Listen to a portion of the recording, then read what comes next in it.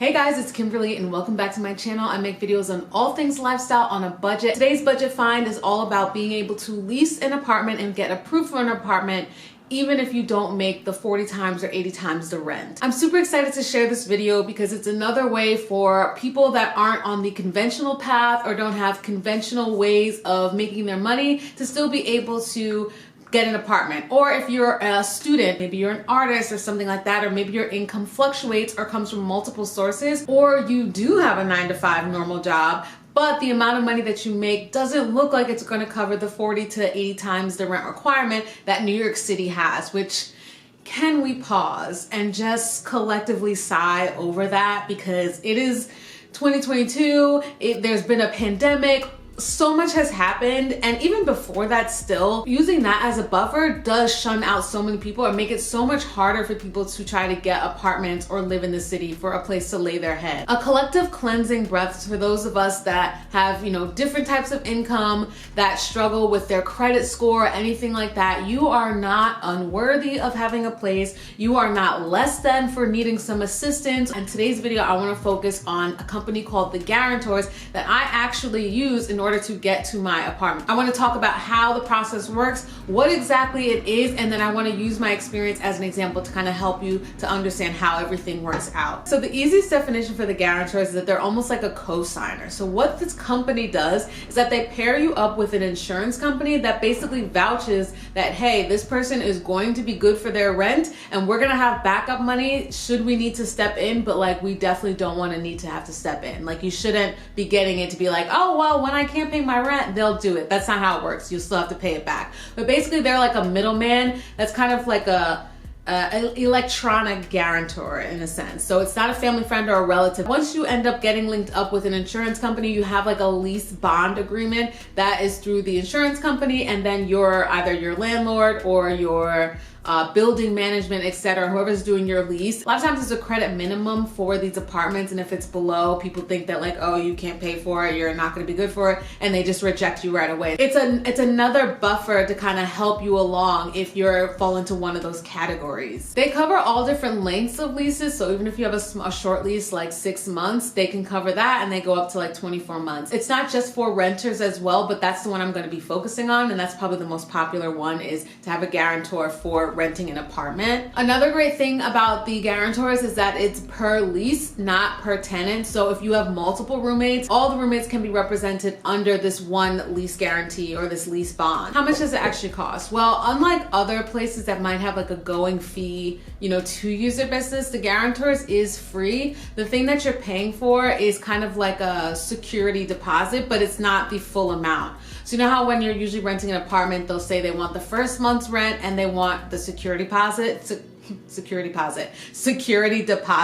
Usually that's like about the same. So it's almost like paying 2 months rent or whatever. With this, they will determine an amount based off the information that you've given them, how long the lease is for the apartment and how much the rent is. So I believe it's usually about 35% to 85% of the first month's rent. That's actually really great if you are good for the money, but you may not just have all that money up front. Like, let's just talk about that. Like, not everyone has like double, triple to just kickstart it. So this is also a great opportunity if you want to pay a little bit less and then also just do, the regular month's rent. So it cuts costs in that sense. What are the hidden fees? They're not really that hidden, but it's kind of things that make sense. So you can get a refund if, say, the landlord like rejects it, and you'll get the refund but minus $100 cancellation fee. Now that's before you sign. If you end up signing the lease and agreeing to all the terms and then you back out for whatever known reason,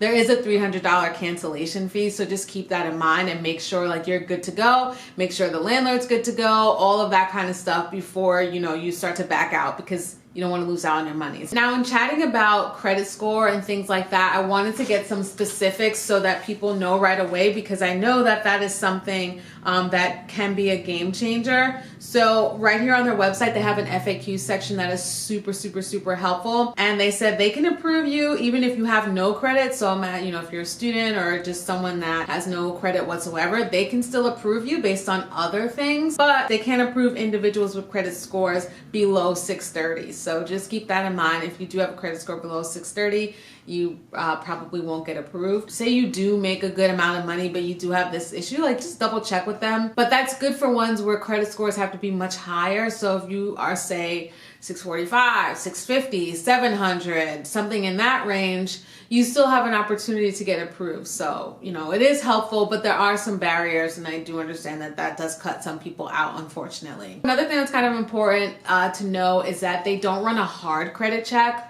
It's a soft credit check, so it's not something that's gonna end up showing up and like affecting your credit score, which we all hate when that happens.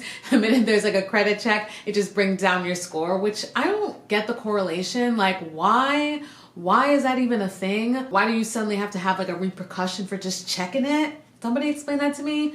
I don't know, I don't understand, but just know that this is a soft credit check, so it's like one less thing to worry about. Oh, and just back to the security deposit fee, you don't get that back. So you are paying a less amount, but that is going to just stay there, so you will not get it back. Okay, so let's chat about the process for the approval, and I'll throw my experience in there. It is super quick, like less than a day is how quickly I got approved. The website's very user-friendly, and you have a variety of things that you can upload for proof. I would say the more that you put in, the more helpful. So if I remember correctly, like I needed proof of ID, so like my state ID or my passport. I needed proof of income, being from an employer or something like that. It could just be like a simple letterhead. I think actually what happened is that I hadn't even gotten my proof of employment in time. I was waiting a day, but I had just uploaded the documents, and like I just ended up getting approved by everything else. Like I said, they're gonna do a credit check, so knowing your credit score is important. Recent checks or pay stubs, that's gonna be really important to upload. Bank statements as well. Now, again, you don't have to upload everything, but I think the more you do to kind of just show like, hey, here's the money that I do have, the better off you will be. But I think I distinctly remember that that proof of employment came like 2 days later and had already been approved. And I think I emailed them back being like, hey, I was missing some information even though you just approved me. And they're like, yeah, everything else was good, so we were good to go and we wanna, you know, continue to work with you. So what happened to me is that I saw this apartment, I was like, oh my God, I love it, everything's great. I believe that night I had messaged the person who showed me the place and was like, hey, I really love this place, but like, let's talk reality. Here's how much I make. Here's how much is in my, you know, savings or whatever, money at the ready that I have. Here's my credit score. Do you think that this place is going to approve me, or do you think I should reach out to the Rhino and see if that'll work out? And the Rhino is another agency that's similar to the Guarantors, I believe, and that's the only name I knew, so I just threw it out to them. The agent responded back. He was like, actually, they are not going to approve you off of that, like just based on the things that you had said, but they do work with the Guarantors, and if you get approved through them, you know, you would be able to have this apartment. So I was like, oh, thanks for that information. Went to the website, checked them out, decided to fill out the application after reading a couple reviews online. There wasn't that much out there, but I was like, I think this seems legit, especially if this agent is suggesting it. I would think he wouldn't steer me wrong. The only thing that would happen is that maybe I get rejected. I submitted it. Like I said, I was missing the proof of employment, but I had all my other documents on there. Got a message the next day that was like, you've been approved from the Guarantors, like, yay you. And I was like, what? So under 24 hours, I was able to get approved. Next step is that the Guarantors reach out to basically your landlord or building management. We're gonna represent this person. We've checked them out, they're all good to go. And then they need to send like a copy of the lease and, you know, agree that this is gonna be the case. And they also do determine what's the amount you're gonna pay based off how long your lease is, etc. So in my case, if we'll get right down to numbers, once you get that amount that you're gonna be paying as kind of like your security, they'll send that to you and say like, hey, this is what you gotta pay. You pay that, and then I just kept going back and forth between the Guarantors and that agent to say, hey, I paid this, it's good to go. Then they send over a document that's like, they're gonna be representing me, this is the lease bond, I've gotta sign off on that. For specifics, I applied on December 20th in 2020. I got approved on December 21st. I still owed the building my first month's rent, so that didn't go away, but the security why do I keep saying security deposit? The security deposit that I would normally have had to pay, I didn't have to pay. I paid a lower fee that went through the guarantors. My security was to pay $899. Now, honestly, one thing that I really loved is that I never heard from them again. I love that. I don't want, cheesy emails every month from someone. I don't need any of that. It was just very straightforward. They were like, great, you're on your own, like live it up, enjoy your place. If you have any issues, reach out to us, but you've already paid what you need and we're good to go. And that was it. I moved in, had my whole year, etc. You'd only need to reach out if you were renewing.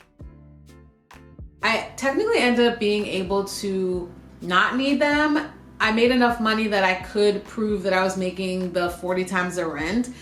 But I don't know, I just felt like I like this system and I just want to keep it as is. If you watch my other video, you know that I went through like a lot of negotiations to get my rent down from the increase that I was going to go through, etc. And from that experience, I was like, you know what? I'm just gonna stay with the guarantors instead of being like, hey, my income is actually this now. I got to pay a little bit less and I was good to go. God forbid something does happen, they have my back. I'm gonna still have to pay them. When it came time to renew, I reached back out to the guarantors and I said, hey, I'm gonna use you guys again. This time around, I had to pay a little bit more, and that was based on the coverage months and also like my rent increase, so the math for that. So this time around I paid $1,072, so just like a little bit bumped up, and I just paid that right to them. And again, that's cheaper than having to pay an extra $2,000 as my security, so I was like, I'll go with that. I really enjoyed how seamless the process was, and that's why I'm recommending it, and that's why I also waited till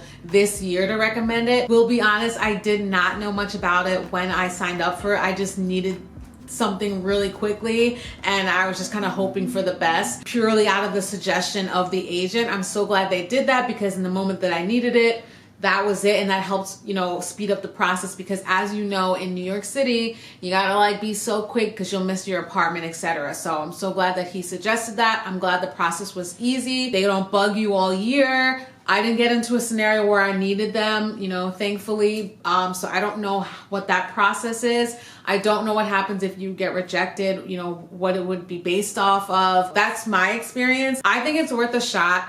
I would highly suggest going to the website and just read everything. The website is not complicated at all. Definitely reach out to them if you have questions, if you just want to like understand the process a little bit better. I hope this was helpful. Leave your questions down below if I missed anything. I may have. Like I said, they're also good for corporate companies or other types of people outside of just being a renter that might need someone as your guarantor. I think that's great.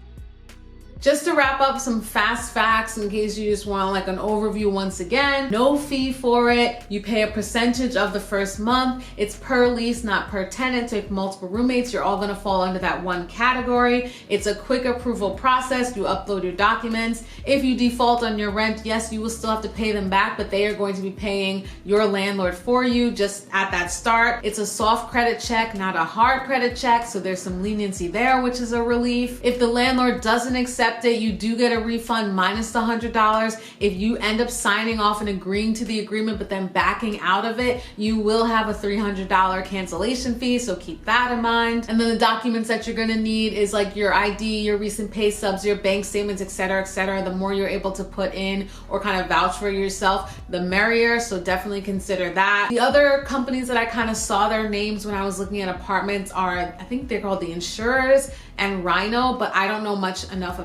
enough about them to do like a whole video on it. I just know that those are other ones, so definitely look into it and do your research. It's better to have all that information in hand beforehand. And also the number one important thing though to remember is to ask first if these buildings accept the guarantors. Don't get into a situation where you're like, oh, they're gonna accept it, and then you find out that they don't. So always check first. That is my video. I thank you guys so much for watching. Let me know what other content you're interested in down below. I have a ton of other videos on apartment processes or handling and figuring out what your expenses are going to be for the month. So definitely check those out and kind of get comfortable. Knowledge is power. The more information that you're armed with, the more successful you'll be or feel comfortable when you're looking for apartments. So definitely check those out. I hope they're helpful. Thank you guys so much for watching, and I will see you in the next one.